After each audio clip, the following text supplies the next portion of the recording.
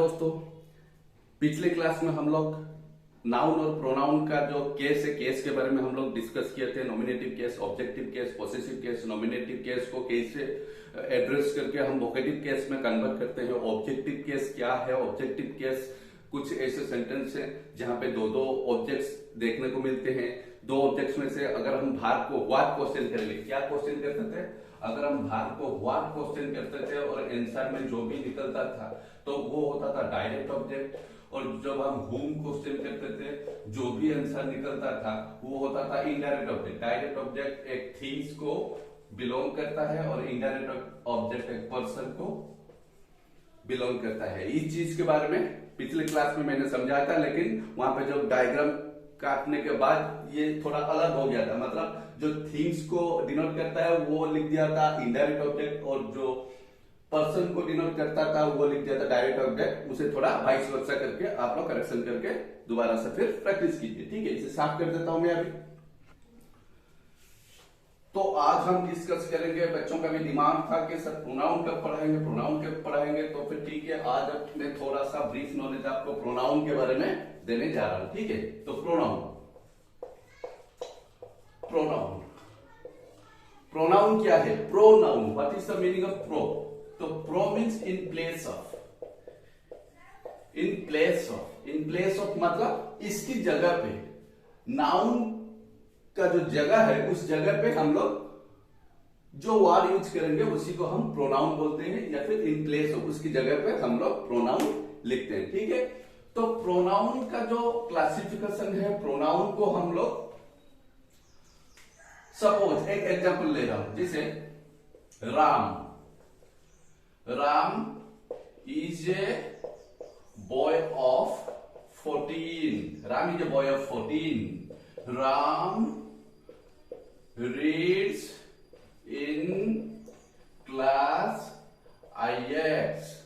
ठीक है, राम क्लास 9 में पढ़ता है। ठीक है, Ram is a good boy. तो ये जो बार बार राम राम राम राम मैं लिख रहा हूं, राम राम राम, तो ये कान को थोड़ा गलत, मतलब थोड़ा अनईजी फील होता है। Ram is a boy of 14, Ram reads in class 9, Ram is a good boy. तो राम राम राम यहाँ पे बार बार लिखने से सेंटेंस थोड़ा गलत सुनाई देगा। तो इस राम, ये जो राम है, डोर है, ये सब्जेक्ट है, नॉमिनेटिव केस। इसके बदले हम लोग राम का एक प्रोनाउन यूज करते हैं। ठीक है, राम का प्रोनाउन ही यूज करते हैं। मैं पढ़ाऊंगा, पर्सनल प्रोनाउन जो पढ़ाऊंगा आपको समझ में आ जाएगा। राम के लिए हम लोग ही यूज करते हैं। ठीक है, तो यहां पे हम राम के बदले अगर ही यूज करेंगे, Ram is a boy of 14, तो पहला सेंटेंस जो है हम लोग नाउन नॉमिनेटिव केस राम को प्लेस कर दिए।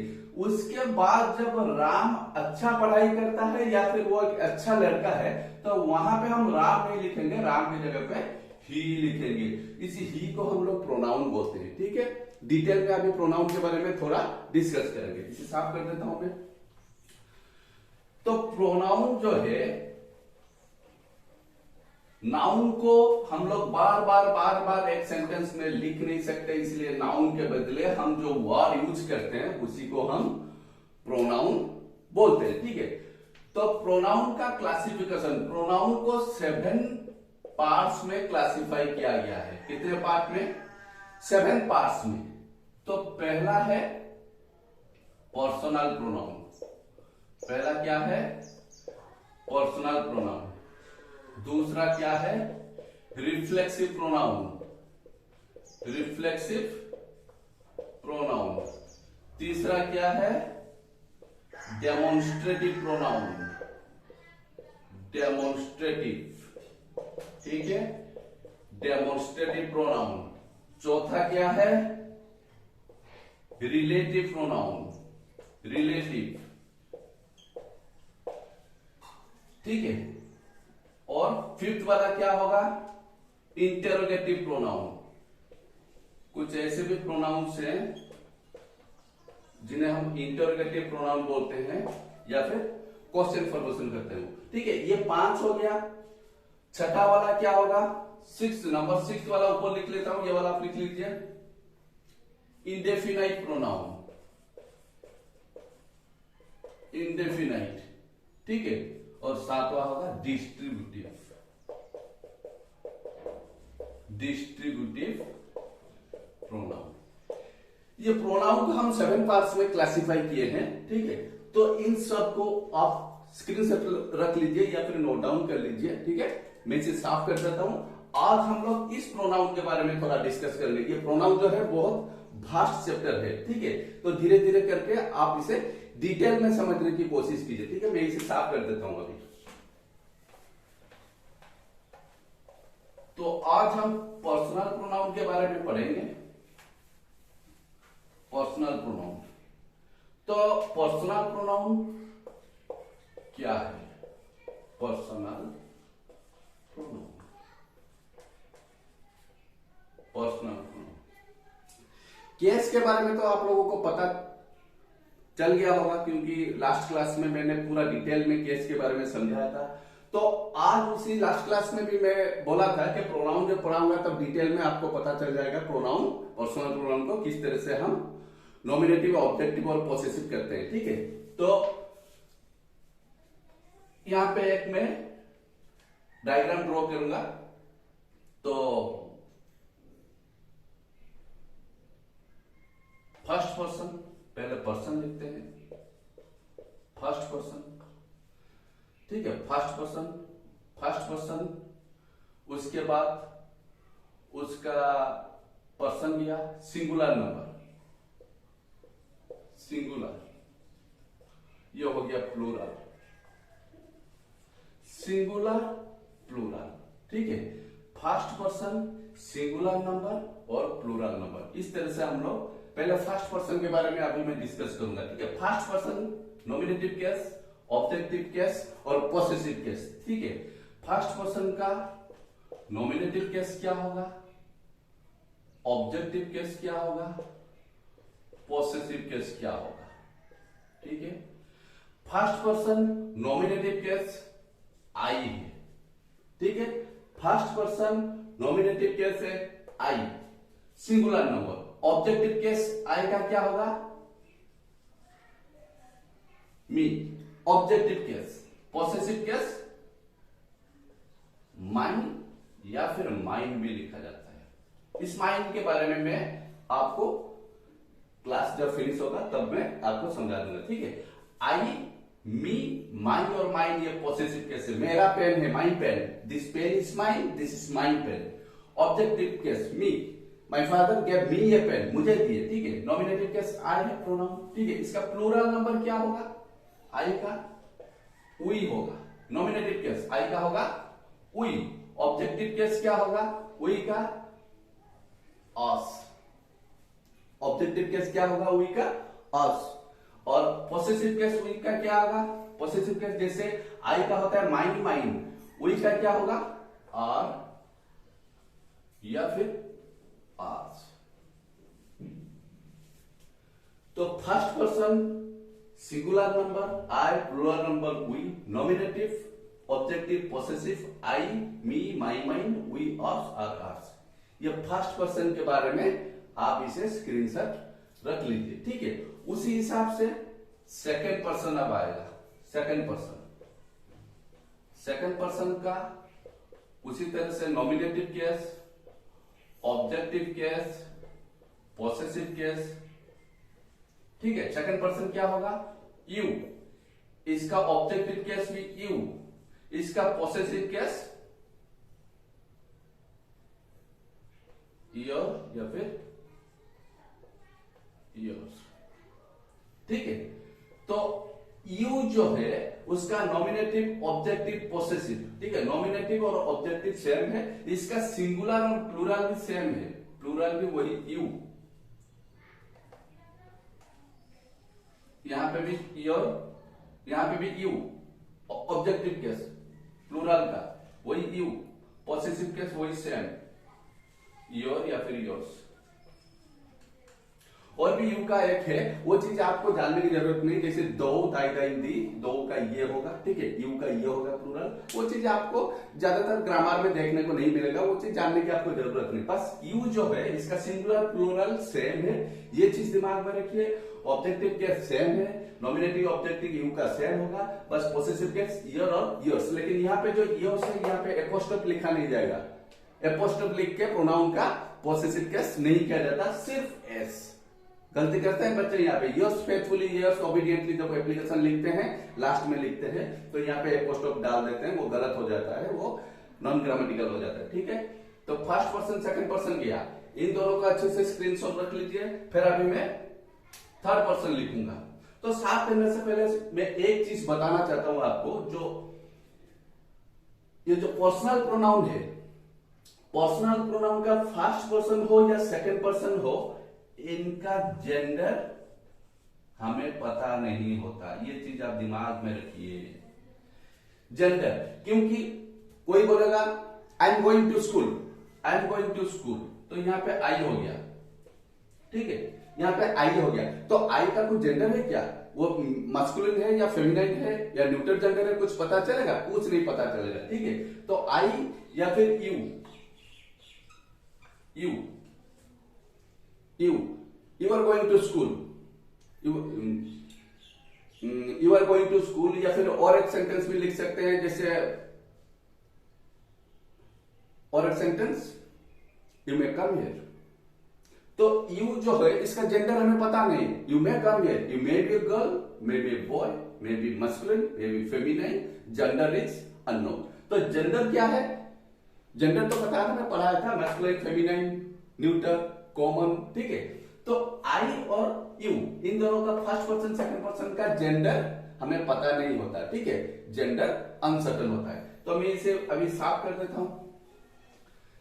फर्स्ट पर्सन और सेकंड पर्सन का जेंडर हमें पता नहीं है। ठीक है,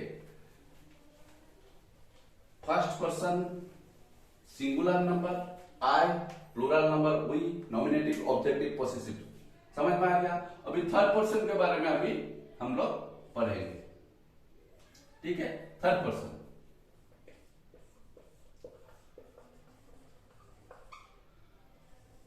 थर्ड पर्सन के बारे में पढ़ेंगे। थर्ड पर्सन का जो फॉर्म है, ये अभी मैं लिख रहा हूं। थर्ड पर्सन का nominative, objective, possessive. First person second person का जेंडर नहीं है, मैस्कुलिन फेमिनिन नहीं है, लेकिन सिर्फ थर्ड पर्सन का जेंडर है। ये हो गया सपोज मस्कुलिन, तो फेमिनिन होगा उसी तरह से नॉमिनेटिव, ऑब्जेक्टिव और पोसेसिव, ये फेमिनिन का होगा। मस्कुलिन जेंडर नॉमिनेटिव होगा, थर्ड पर्सन ही। ठीक है, ऑब्जेक्टिव होगा हिम, पोसेसिव होगा हिज। ठीक है, singular number, plural number, nominative case का फेमिनाइन, पहले फेमिनाइन का सी, लड़की के बदले हम लिखते हैं ना, लड़की इन प्लेस ऑफ ए गर्ल और वोमेन। ठीक है, फेमिनाइन, फेमिनाइन का सी, ऑब्जेक्टिव केस सी का क्या होगा, हर, और पोसेसिव केस होगा हर और हर्ष, हर्ष भी लिखते हैं, her hers. This pen is hers, this is her pen. ठीक है, तो ऑब्जेक्टिव केस होगा सी का her, my father give her a pen. ठीक है, तो objective case her, possessive case her, hers भी होता है। ठीक है, तो इसका प्लूरल क्या होगा, ही या फिर सी, इन दोनों का प्लूरल क्या होगा, प्लूरल सेम है। क्या होगा प्लूरल, दे। प्लूरल क्या होगा, दे। नॉमिनेटिव केस ही और सी का प्लूरल सेम है, क्या होगा प्लूरल, दे। ठीक है, तो दे का ऑब्जेक्टिव केस क्या होगा, दे का देम, THEM, देम। ठीक है, और पोसेसिव केस दे आर और देयर्स भी होता है, देयर और देयर्स। ठीक है, और सी हर, हर और हर्ष, पोसेसिव केस। ठीक है, तो इनका भी प्लूरल वही, प्लूरल में सेम होगा, ही और सी प्लूरल में दे होंगे, उनका पोसेसिव केस होगा देम, और उनका ऑब्जेक्टिव केस होगा देम, और पोसेसिव केस होगा देयर और देयर्स भी लिखते हैं। ठीक है, मैं अभी इसे साफ कर देता हूं। थर्ड पर्सन खत्म हो गया। अभी first person, second person, third person, singular और प्लूरल नंबर का जो चेंजेस होता है उस चीज के बारे में आपको थोड़ा बहुत समझ में अभी आ गया होगा।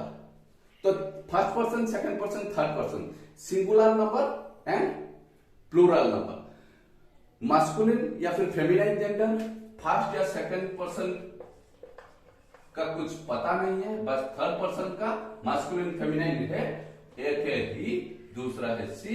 नॉमिनेटिव ऑब्जेक्टिव पोसेसिव में ही और सी, उनका जो प्लूरल होगा प्लूरल दे होगा, ठीक है। प्लूरल का नॉमिनेटिव ऑब्जेक्टिव पोसेसिव वो सेम ही रहेगा, दे ऑब्जेक्टिव होगा देम, पोसेसिव होगा देयर या देयर्स, आइदर सी हो सकता है या फिर ही हो सकता है। लेकिन इनका जो थर्ड पर्सन का जो सिंगुलर नंबर है ही का जो सिंगुलर नंबर है उसका ऑब्जेक्टिव केस होगा हिम, पॉसेसिव केस होगा हिज। सी का भी वही है, नॉमिनेटिव केस सी है, उनका ऑब्जेक्टिव केस होगा हर, पॉसेसिव केस होगा हार या हर्ष, ठीक है। इसे साफ कर देता हूं अभी। तो इसी हिसाब से हम लोगों को पता चल जाएगा कि प्रोनाउन जो है वो सिंगुलर नंबर है या प्लूरल नंबर है। अगर दे होगा, अगर दे लिखा गया है यहां पे, सॉरी पेन भी अच्छे से चल गया है, अगर दे होगा तो ये प्लूरल नंबर है, अगर ही या फिर सी हुआ तो ये सिंगुलर नंबर है। और एक चीज आप दिमाग में रख लीजिए कि नाउन का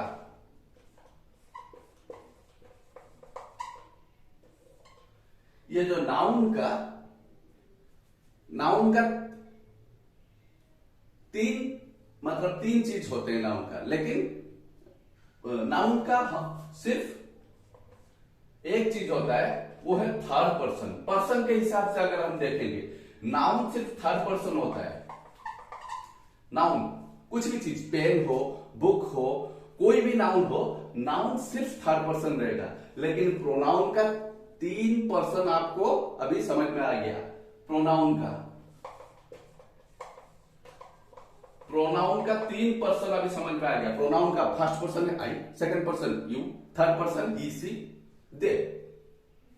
आई का प्लूरल हो जाएगा उई, ठीक है। यू का तो यू रहेगा, और दे का तो आपको पता है, डायग्राम में बोल दिया था।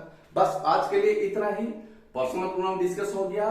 नेक्स्ट क्लास हम लोग नेक्स्ट जो चैप्टर में आएगा रिफ्लेक्सिव प्रोनाउन के बारे में डिस्कस करेंगे। ये जो आज पढ़ाया गया ध्यान से आप उसे प्रैक्टिस कीजिए ताकि आगे जाके आपको कुछ दिक्कत ना हो। Thank you.